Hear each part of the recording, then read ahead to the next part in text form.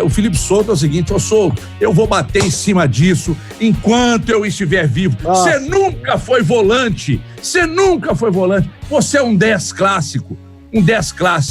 Né? Mas aí a turma briga, o Gris fala, não sabe nada, fica inventando, fazendo onda. O Gomide manda mensagem no WhatsApp xingando, fala bobagem. É um 10 clássico, cabeça erguida, bate bem na bola.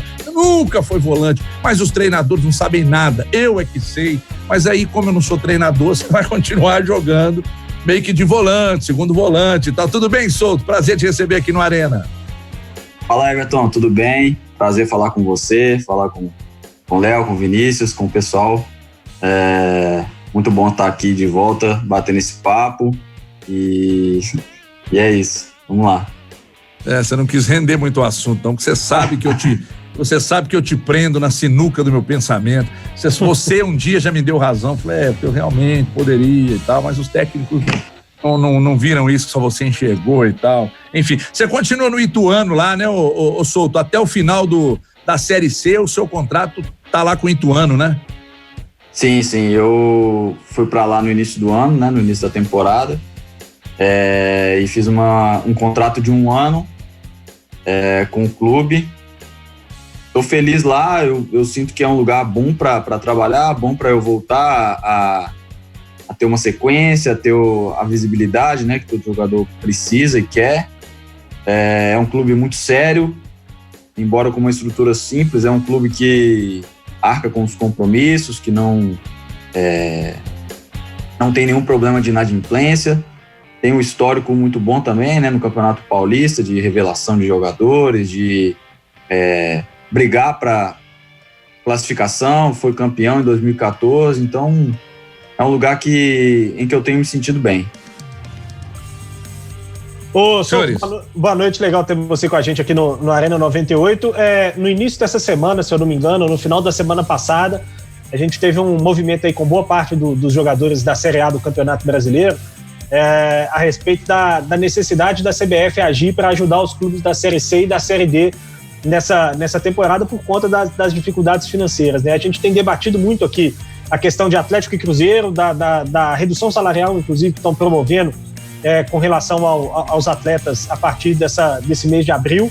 Queria que você falasse um pouco da realidade do Ituano com relação a essa questão de salário, se já entraram em contato com vocês, se já comunicaram que vai ser difícil de honrar enquanto ficar sem jogos, em que pé que tá, porque a gente sabe que o calo aperta muito mais nos clubes menores, né, nos clubes do interior principalmente. Prazer falar com você, Vinícius. Então, na verdade o Ituano, nós nos reunimos no vestiário, né, na quarta-feira há 14 dias, os preparadores físicos, o treinador, o gestor, todos foram muito claros conosco com relação a essa paralisação. Nós não sabemos quando vai voltar, nós não sabemos como essa situação vai proceder, né? Então, o que nós podemos falar para vocês é que nós garantimos o salário de vocês, desde que vocês provem que estão treinando em casa e tudo mais. Estão tentando monitorar de alguma forma esses treinamentos e é mediante a execução dos treinamentos que eles vão arcar com compromisso. Então, se você não treinar um dia, por exemplo, vai ser descontado como uma falta e você vai perder um dia de trabalho. Mais ou menos essa é a negociação que fizeram conosco. É claro que lá a situação é um pouco mais simples, porque é um clube em que há um gestor, há a participação, né, como se fosse uma SA, herdada do Juninho, que há algum tempo assumiu o clube, agora ele saiu, foi para a CBF, não tem mais nenhum vínculo, mas a administração é da situação, né? Quem ficou deu sequência àquilo que o Juninho já fazia. Então eu particularmente não estou tão preocupado com relação ao salário, porque eles foram muito claros, muito transparentes conosco. Completando o que você falou, né, respondendo essa segunda pergunta, o que tem acontecido no futebol brasileiro, que eu tenho acompanhado, até por já ter jogado a Série C, vai ser a primeira agora, mas Série B, Série A, né, por ter rodado alguns times, o que eu tenho visto é que é impossível no futebol brasileiro nós pensarmos em fazer a mesma coisa com todo mundo. Até porque as condições de cada clube são diferentes. Então, o que pode ser feito, o que deve ser feito e já está sendo feito, é cada clube negociar com os seus funcionários aquilo que acha mais viável. E esses funcionários, no caso os jogadores, né, comissão técnica, diretoria, entrarem num acordo, entrarem num consenso. O que eu tenho visto, assim, até com relação ao Atlético, né, que já definiu, né, os 25%, o próprio Fortaleza também, alguns clubes estão em debate, alguns jogadores não estão aceitando, e aí há uma peculiaridade importante no futebol brasileiro, que é alguns clubes têm débitos com os jogadores já de outros meses. Então, como fazer essa redução agora? Como vai fazer com o que ficou para trás? Há algumas dúvidas pendentes e que cada um deve resolver internamente, entende? Vejo algumas críticas também com relação ao não posicionamento dos grandes líderes, dos grandes jogadores que há no futebol brasileiro hoje, sobretudo nos clubes maiores, né? Acho também que esses jogadores deveriam se posicionar, sim, até porque vivemos uma crise mundial, uma pandemia que atinge todos os setores e é global. Então, acredito que nesse momento é preciso um posicionamento da classe, né? E também, até porque as pessoas precisam ter esse assunto esclarecido pela nossa boca, entende? Que a realidade não é... A realidade do futebol brasileiro não são os contratos milionários que um ou outro tem. A realidade é diferente. Então, julgar a classe por um ou outro não estar a fim de negociar, a fim de diminuir o salário e tal, eu acho um pouco injusto. Ao mesmo tempo que acho também que falta um pouco, está havendo uma certa omissão dos atletas, até mesmo para esclarecer isso para os envolvidos, entende? Souto. Pois não, Léo, pode ir, depois eu vou. Tá. Souto, boa noite, prazer em conversar contigo novamente, né? Ainda na esteira do que você acabou de falar, a época eu não me recordo se você ainda estava no Atlético, né? Quando surgiu aquele movimento do Bom Senso Futebol Clube, né? Em que, entre outras reivindicações, era com relação a uma extensão maior de calendário, né, para clubes como, por exemplo, hoje o Ituano está na Série A1 do Paulistão, né, disputa a divisão principal, tem a Série C, mas tem outros clubes de São Paulo que não tem um calendário tão longo, né, ou times que jogam Série C, Série D, a competição é mais curta, não é uma competição por pontos corridos, nós sabemos que a questão geográfica também impede um pouco, mas entre as reivindicações estava um melhor calendário, e quem sabe, melhores negociações justamente para esses clubes. Mas aí, não sei por que o movimento acabou não evoluindo, né? Acabou, simplesmente, o bom senso do UFC. Você acha que o Brasil já perdeu oportunidade de discutir melhor essa questão de que não são todos os jogadores da classe que ganham salários astronômicos, como a gente vê na Série A, e talvez perdeu lá atrás, e agora, com essa questão da pandemia do coronavírus, está perdendo de novo a oportunidade de discutir isso de uma forma mais abrangente? Boa noite, Léo. Eu acredito que esse assunto ele é um pouco mais complexo, porque há essa questão da omissão de grande parte dos envolvidos, principalmente os atletas.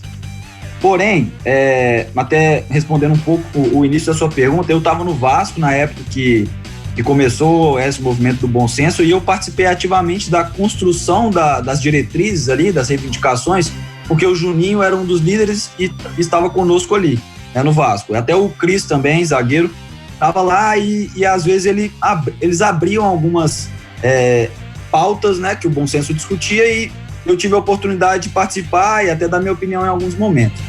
A questão maior é que, como há um sistema, e naquele tempo o Vasco, por exemplo, estava devendo salário, 3 meses de salários, só que há um sistema dentro do futebol brasileiro, e isso eu não tenho medo nenhum de falar, que não digo um sistema com a conotação negativa, mas o diretor de futebol que hoje trabalha no Cruzeiro, amanhã pode trabalhar no Palmeiras e depois pode trabalhar no Sport, e isso gera no jogador um medo, um receio. Olha, se eu fizer uma greve aqui agora no time X, pode ser que haja algum respingo ali na frente quando eu estiver no time Z e tal, o diretor for o mesmo. Eu sentia isso naquele momento. Então, muitos jogadores mais novos, até nos times grandes, como no caso era o Vasco, tinham esse receio e acabou, isso talvez tenha sido um fator preponderante para o movimento ter parado, né? Ter sido interrompido e aí nunca mais se falou sobre isso. Outra coisa que eu acho que poderia ter sido feita naquele momento, e não é tarde, eu acho que é um momento oportuno para nós fazermos, é um apelo maior até por parte da imprensa, sabe? Por quê? Para a própria imprensa, é importante dar ouvidos ao jogador. Além disso gerar pauta e gerar ali uma discussão entre os clubes, até esse assunto que nós estamos debatendo aqui agora, essa é uma grande oportunidade para um jogador, no meu caso, estar falando sobre isso. Eu acho que esse engajamento por parte da imprensa também é necessário nesse momento, porque muitas vezes o clube faz o que quer, o jogador acata e tudo segue tranquilo. Nessa época do Vasco, por exemplo, vários jogadores saíram, terminaram o ano sem receber. No outro ano, alguns tiveram dificuldade de se empregar. Eu ainda tinha contrato com o Atlético, então fiquei mais tranquilo, mas muitos tiveram dificuldade de se empregar. E aí ficou aquela dúvida. E se nós tivéssemos feito a greve? Se nós tivéssemos batido mais forte na tecla do bom senso 2-3 meses atrás, será que teria algum resultado? Então, as coisas não mudaram muito de lá para cá, financeiramente, administrativamente falando, mas eu acho que é possível. Nesse momento, não há momento mais propício para nós voltarmos a discutir isso.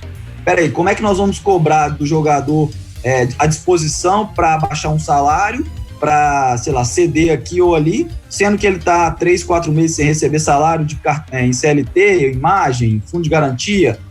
Independentemente do valor do salário do jogador, seria esse o caminho? Baixar agora simplesmente por baixar e lá atrás? Como que vai ficar? Entendeu?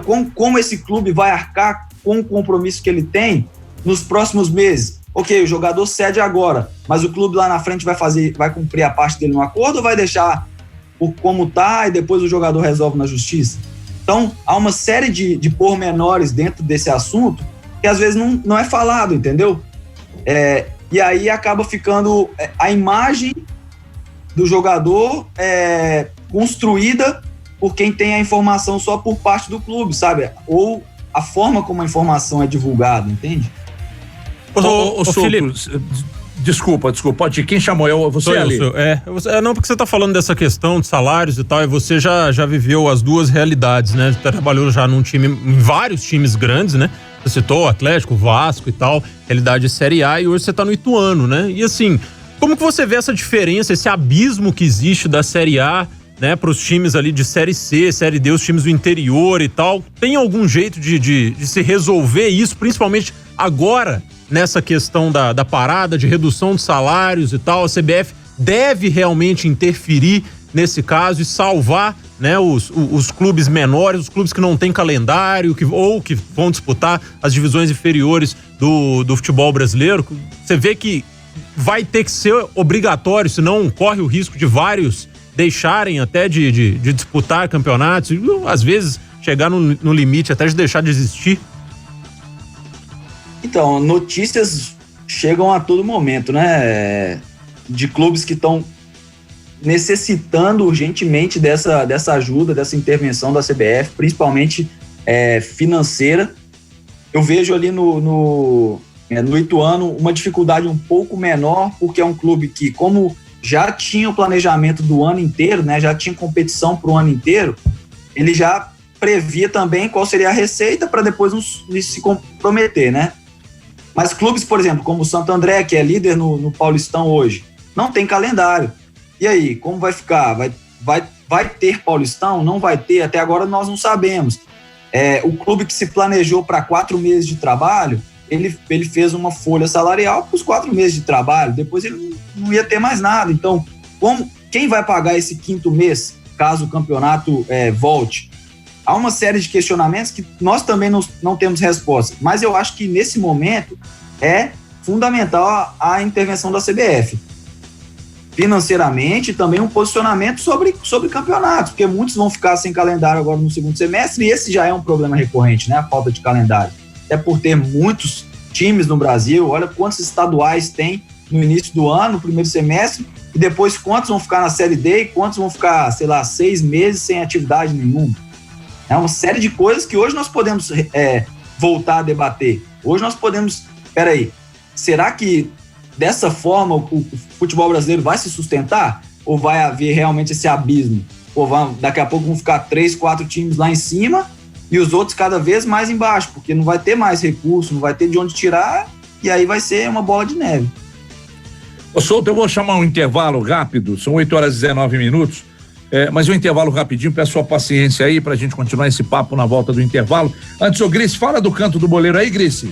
Ô Everton, lá no cantodoboleiro.com.br continua valendo aquela promoção que eu falei ontem, as 2 camisas mais procuradas no site com preço especial, R$ 49,90, as 2 estampas mais procuradas no site do Canto do Boleiro até dia 15 de abril. Então entra agora para você conhecer essa e várias outras camisas, chinelo, boné, chapéu, tem de tudo lá no cantodoboleiro.com.br, sempre lembrando que tem entrega para o Brasil inteiro e que quem ouve o Arena 98, na hora de fechar a compra, é só utilizar o cupom Arena 98 que vai ganhar 20% de desconto. Quer tirar alguma dúvida? Anota aí o WhatsApp lá da rapaziada, que é o 31 99730 1195, 99730 1195. E se liga nessa aqui, Everton, amanhã a gente vai falar mais sobre isso, hein? Rapaziada do Canto do Boleiro lá no Instagram, que é o Canto do Boleiro, tá preparando para amanhã uma live especial com o embaixador do Canto do Boleiro no Nordeste, Marcelo Ramos. Já ouviu falar, Everton?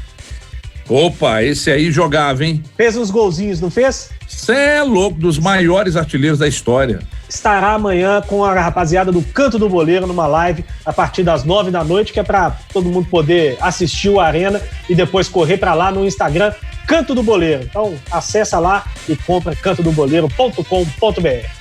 Muito bem, rápido intervalo, então, 8h20, intervalo, Boris Feldman na parada, a gente volta já e segue o papo aqui, o bom papo com Felipe Souto, até já. Estamos de volta com o nosso Arena 98 na noite desta quarta-feira, 1º de abril, e a gente com o Felipe Souto, sempre um bom papo com o Felipe Souto, já falamos hoje com o Dátolo, e agora Felipe Souto conosco por áudio e vídeo. Você que está ligado nos 98.3 também pode assistir a entrevista pela 98live.com.br, corre para lá, sintoniza, participe conosco, envie suas perguntas também para o 993169898, que é o nosso claro WhatsApp. Ô Souto, a gente falava aqui, você falava sobre a importância de abrirmos espaço para os jogadores falarem, porque a gente fica muito, às vezes, com o argumento do clube, com o argumento do dirigente, com o argumento do técnico e nem sempre temos o argumento do jogador. Eu entendo e respeito o seu posicionamento, mas muitos jogadores são omissos. Boa parte dos jogadores é omissa.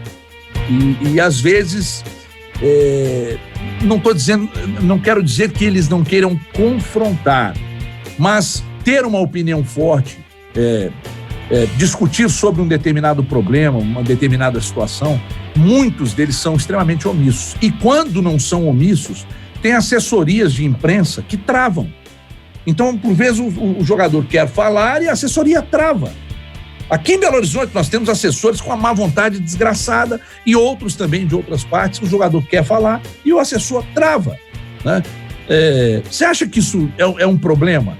O fato de alguns jogadores se omitirem e outros também com péssimas assessorias que não sabem explorar o momento do jogador, que não sabem explorar a história do jogador, enfim, gostaria de ouvir. Bom, Everton, eu acho que tem, né, vários fatores assim, que justifiquem a omissão do jogador. Não justifiquem, né? Vamos explicar, não que eu concorde, mas acabam acontecendo. Uma é a questão da represália que eu falei. O cara tem medo de se expor para depois não acabar sofrendo consequências ruins lá na frente. Algo que, na minha opinião, não tem nada a ver, mas nós que estamos envolvidos no futebol sabemos que as pessoas acabam levando em conta, sim. Só que isso não é justificativa completa, né? Uma justificativa plena, porque você não precisa confrontar ninguém para se posicionar. Você tem que dar sua opinião e acabou, ser forte naquilo ali, né? Ser firme e convicto nela. Eu acho que nós fazemos parte, né? Nós jogadores, infelizmente, fazemos parte de uma classe alienada também, sabe? Muitas vezes, até dentro das concentrações, o assunto ele gira em torno sempre de algo que não é tão relevante na sociedade. Por exemplo, essa questão da pandemia, cara, isso está afetando o mundo inteiro. Todos nós sabemos a gravidade, né? Casos na Itália, na Espanha e em outros países, e o quanto isso pode ser ruim aqui no Brasil, caso se alastre. Então, esse é um caso clássico de que o atleta, né, normalmente, ele não liga muito para isso. E aí, quando entra em assuntos que ele deveria ter uma participação maior, ele acaba também não entrando, porque ele fica um pouco alienado a tudo. Hoje nós sabemos que, né, qualquer um sabe que toda a economia vai ser afetada pela quarentena, no comércio, vai parar de girar dinheiro, então muita gente vai acabar sofrendo. Claro que grande parte das receitas dos clubes, por exemplo, vai ser afetada, nós sabemos disso, só que muitas vezes não há essa participação mais ativa do atleta, até porque, aquilo que a gente estava conversando, né, no outro bloco, muitos têm de onde tirar e outros não têm. Então deveria sim ser, nesse caso, 2 pesos e 2 medidas. Não pode baixar salário, por exemplo, de um time que joga o campeonato piauiense, por exemplo, não tem o resto do ano, entendeu? Não, como você vai tirar 50%, sei lá, 25% de jogadores que recebem um salário mínimo, por exemplo, quando recebe? Sobre essa questão da assessoria, eu sou um cara, eu me considero privilegiado, você conhece o Oswaldo, né, da Winning, que me acompanha desde eu surgi no Atlético, é um cara que me dá essa liberdade, mas também, né, há outros assessores, há outras pessoas que não deixam o jogador falar, tem medo da repercussão das opiniões do cara, os que não são tão alienados, os que têm uma personalidade mais forte. Isso também dificulta, né, a imprensa de explorar mais a participação do jogador, de apresentar a defesa do jogador ou as ideias do jogador para o público, para as pessoas. Eu acho que você tem total razão nisso aí. Só que mesmo sabendo de todas essas questões, falta ainda algo mais concreto da parte da minha classe, sabe? A parte do atleta, de colocar a opinião dele e não arredar pé dentro daquilo que ele acredita. Bom, abrindo aí para o Léo, Grice também, Alexandre Silva, aliás, o Alê, algumas mensagens também para você, o Felipe Souto, daqui a pouco a gente tira lá do estúdio, pois não, Grice? Ô Felipe, mais até do que se posicionar, pode até soar um pouco preconceituoso o que eu vou falar agora, mas espero que você consiga entender. Você acha que, em geral, o jogador de futebol do Brasil, ele tem um entendimento dessa questão, como você está falando, de entender a situação do país, a situação do clube, ou você não vê tanto isso no jogador, mais do que se posicionar, às vezes também a capacidade de entendimento. Aí não estou dizendo que são burros nem nada disso, mas é que às vezes rola ali uma alienação em alguns jogadores de futebol e em outros setores também, mas em geral você sente que existe essa capacidade de entendimento? Até por um contexto cultural, né? O jogador normalmente ele vem de uma situação, né, de família, né, uma condição social mais precária desde a infância. Muitos não tiveram a oportunidade de estudar. Muitos da minha geração, por exemplo, não tiveram que abandonar a escola e ir para morar em concentração desde muito novos. Não tiveram a oportunidade nem de concluir a escola. Então, acaba comprometendo o desenvolvimento intelectual, cognitivo, e grande parte da população brasileira sofre por isso. Então, nesse caso, eu nem vejo muito como uma falta do jogador em si, mas eu vejo como uma dificuldade assim, na parte da educação da população em geral, que vem de uma classe mais baixa, né? Que não tem acesso a tantas coisas que alguns outros têm. Mas, assim, sejamos claros, hoje em dia só se fala nisso. Não basta você ligar a televisão, tá falando disso, internet, todos os sites falam disso. Então, o mínimo entendimento né, que se pode ter hoje sobre o coronavírus, sobre a pandemia, sobre a economia, cara, você encontra em qualquer lugar. Então eu acho que não é por falta de informação, pode ser o não entendimento de uma forma mais profunda, mas basicamente eu acho que todo mundo que tem certo interesse já né, ou pelo menos ouviu alguma coisa, questão de lavar bem as mãos, como lavar as mãos, usar álcool em gel, evitar aglomeração, cara, isso aí tá na ponta da língua de todo mundo, né? Então, não vejo isso como algo tão complexo assim, mas é necessário obedecer e seguir, entendeu? Até uma ordem de, peraí, agora já deu, vamos voltar à vida normal, entendeu?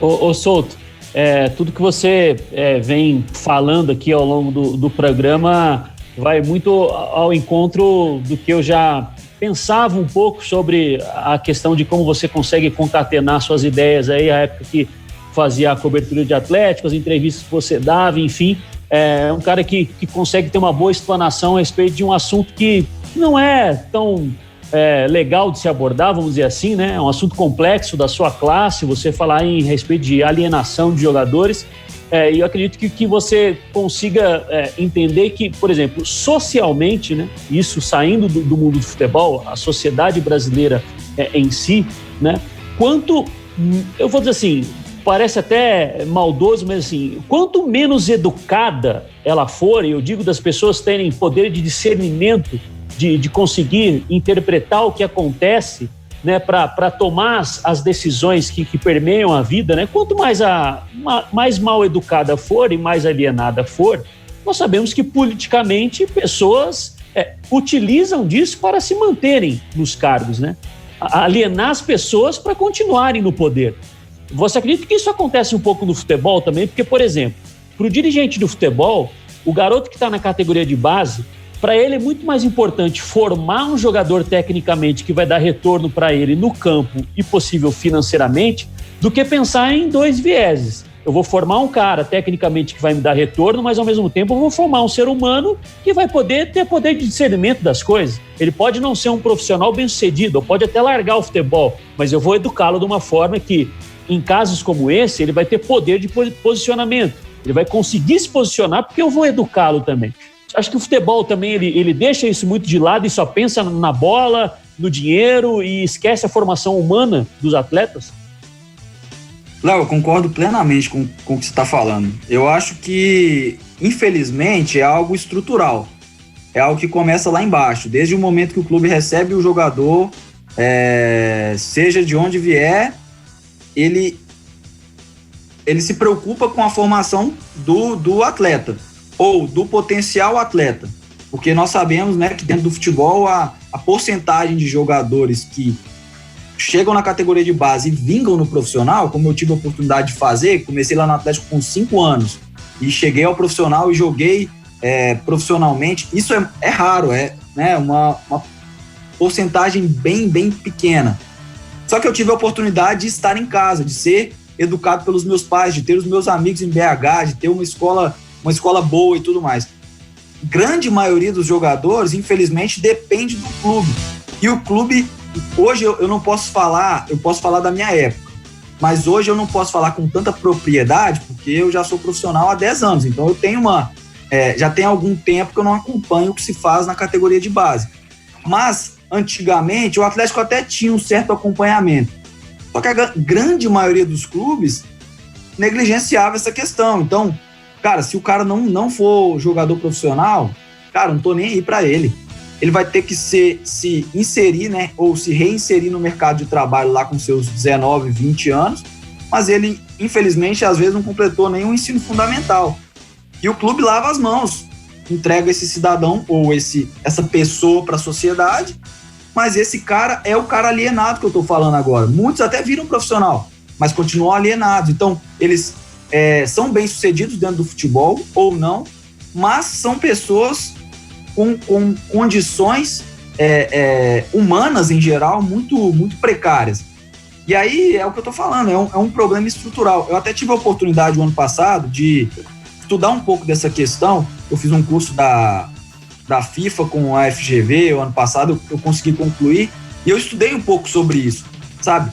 qual é o grau de interesse que a instituição do futebol, né, a entidade, o time, tem com a formação, qual que é o papel dele na sociedade, entende? E aí acaba que chega nesse momento, um momento um pouco crítico no mundo inteiro, né, um assunto que é, como você falou, um assunto desagradável, muitos nem conseguem se expor. Por quê?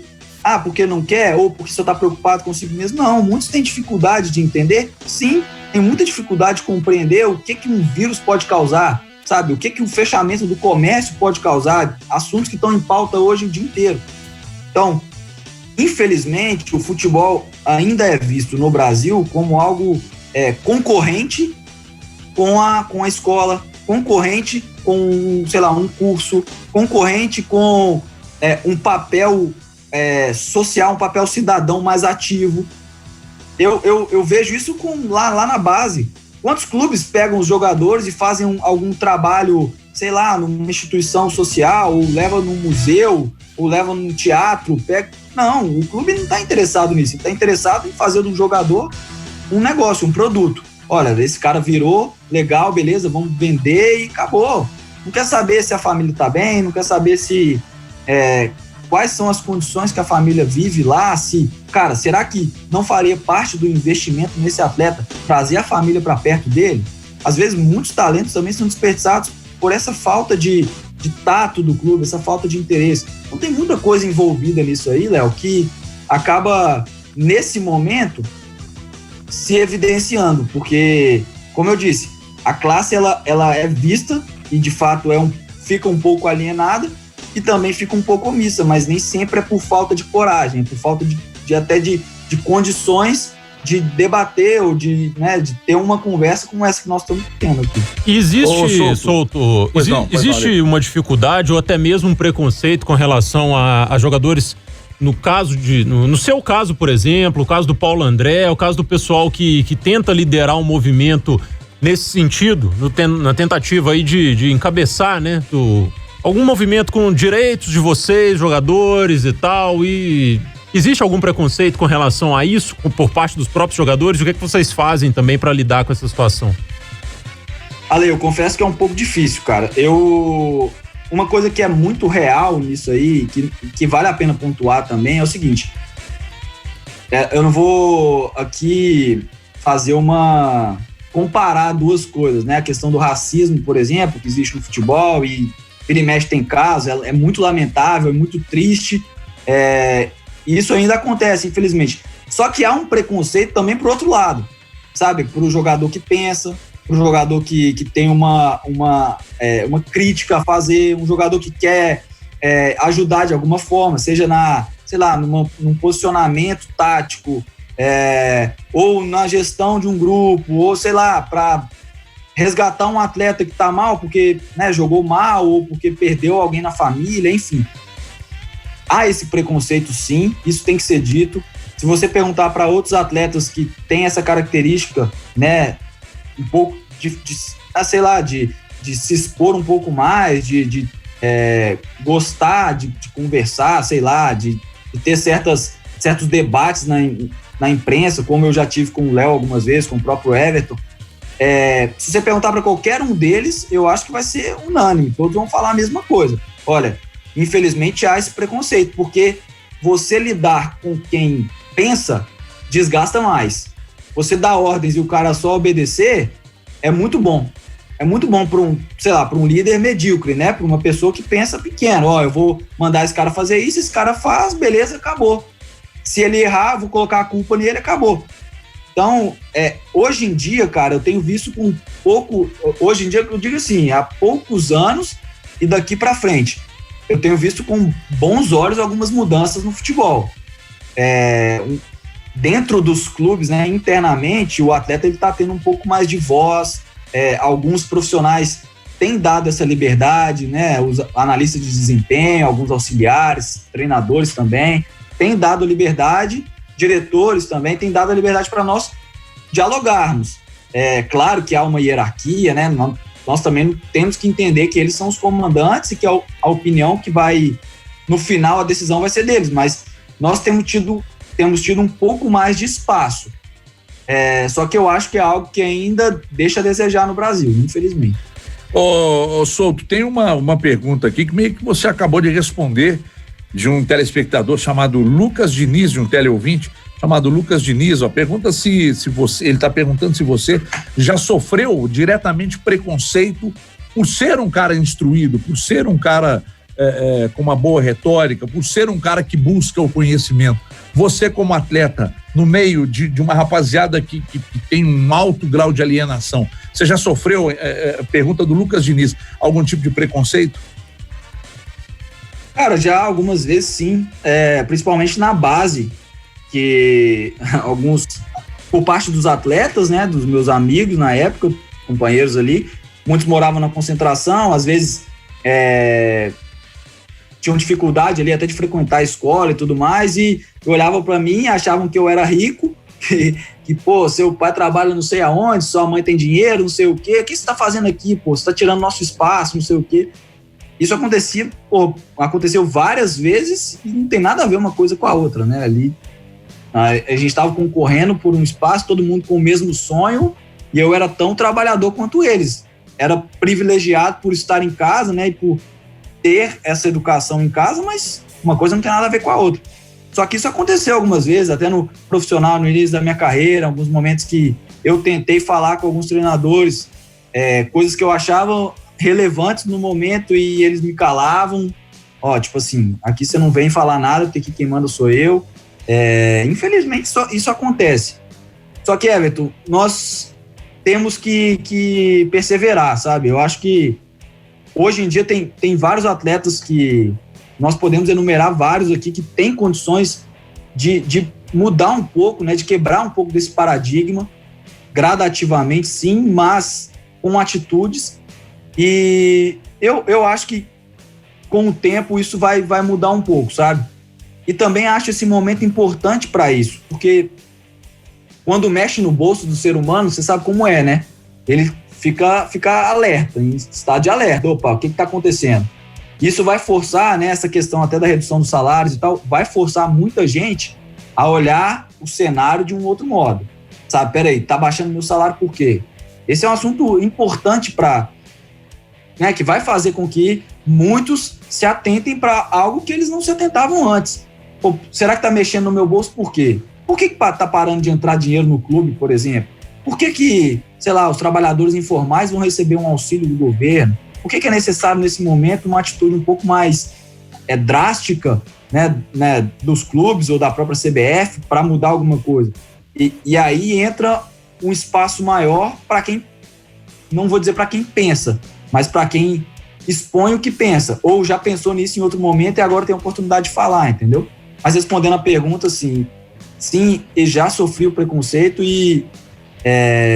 só que isso me fez crescer também. Hoje eu sei que que eu sou quem sou, porque naquele momento eu não desanimei. Falei, cara, eu vou do jeito que eu sou e eu vou conseguir. Então muita coisa eu consegui por ser assim também, né? Houve a parte ruim, mas também houve a parte boa. Aliás, pra gente fechar, Souto, e lamento muito que a gente tenha que fechar. Pois não, Gris? Eu espero só duas coisas, Quais? A primeira, com certeza, né? Que o salário do Souto lá no Ituano seja muito maior que o nosso. E segundo, que o Rodrigo não esteja ouvindo, senão nós estamos fodidos. Vai cair a casa pra gente amanhã. Vai colocar o Felipe Souto pra comentar. Cedo amanhã, pô. Pois é. Pensei a mesma coisa. Putz, tem um canal de televisão aí que se estiver ouvindo o Souto falar, vai querer tirar ele do Ituano lá, mas enfim. Ô Souto, pra fechar com você, já agradecendo, sabe, do carinho que tem por você, pela sua família, muito obrigado mesmo pela sua vinda aqui. Agora, a última pergunta, para fechar mesmo. Quanto tempo mais você pretende jogar de futebol e depois de parar pretende fazer o quê? Quer seguir para o caminho da comunicação, quer se tornar treinador, diretor de futebol, quer sair do futebol e fazer outra coisa? Everton, eu acabei de fazer 29 anos, eu quero jogar pelo menos até os 35. Claro que depende de muitas coisas, mas meu planejamento é esse. E com relação ao pós-carreira, cara, eu tenho estudado, tenho feito alguns cursos de gestão, na parte mais interna ali do futebol, administrativa. Confesso que eu não tenho muita vontade de ir para o campo, né, como treinador, auxiliar, eu não tenho tanta vontade, eu prefiro trabalhar na parte mais interna mesmo. Talvez essa parte da comunicação, eu me interesso muito por isso, a gente já conversou várias vezes sobre isso e eu sinto que é algo que eu posso contribuir, até por ter tido essa visão de dentro do futebol, né, dentro do vestiário. Eu vejo muita gente que teve essa visão e às vezes acaba falando, né, coisas que deixam a desejar, né, no sentido de poderia ser um pouco mais transparente com relação ao que se passa dentro do clube. Enfim, eu ainda não sei. Eu só quero fazer um comentário. Essa musiquinha tá me lembrando um jogo que eu jogava no videogame na infância. Porra, Ronaldinho Soccer. Isso mesmo. International Superstar Soccer, cara. É isso mesmo. Caraca. Você não sabe, ô Souto, você não sabe o quanto eu odeio essa música. É porque só perdia no jogo. Toda vez que o Ale toca essa música, fala, maldita música. Mas eu sei que muita gente gosta e o que vale é a opinião da maioria para nós aqui. Ô Souto, muito obrigado. Valeu demais. Vamos te incomodar mais nesse período aí. Eu gostaria muito que você participasse conosco também lá na tela da Band, que acho que a gente pode explorar, principalmente num período de tanta discussão envolvendo essa questão de redução do salário, essa paralisação, se o futebol volta da mesma forma, se essa paralisação pode ser responsável por uma grande mudança, até mesmo no patamar salarial pago no Brasil, porque um perna ganhar 500 mil. Mas problema de quem paga, sim, mas o questionamento é exatamente esse, né? Será que ter salários mais baixos, mas pagar em dia, não poderia dar melhores condições aos clubes? São perguntas que a gente quer fazer a você, tratar desses assuntos em outra oportunidade. Por aqui nosso agradecimento, um grande abraço e até a próxima. Valeu, Everton, estou à disposição, agradeço muito pela oportunidade, pelo carinho aí, pelo papo que nós batemos. Um abraço a todos, Léo, Ale, Vinícius, todo mundo que acompanhou. E é isso, valeu, gente, boa noite, um abraço. Tá, então, Felipe Souto, das grandes entrevistas aqui do Arena, certamente, se você perdeu a entrevista, vale a pena você buscá-la, daqui a pouco estará no nosso Twitter, um link para você se ligar desde o início, um papo excepcional com o grande Felipe Souto. Antes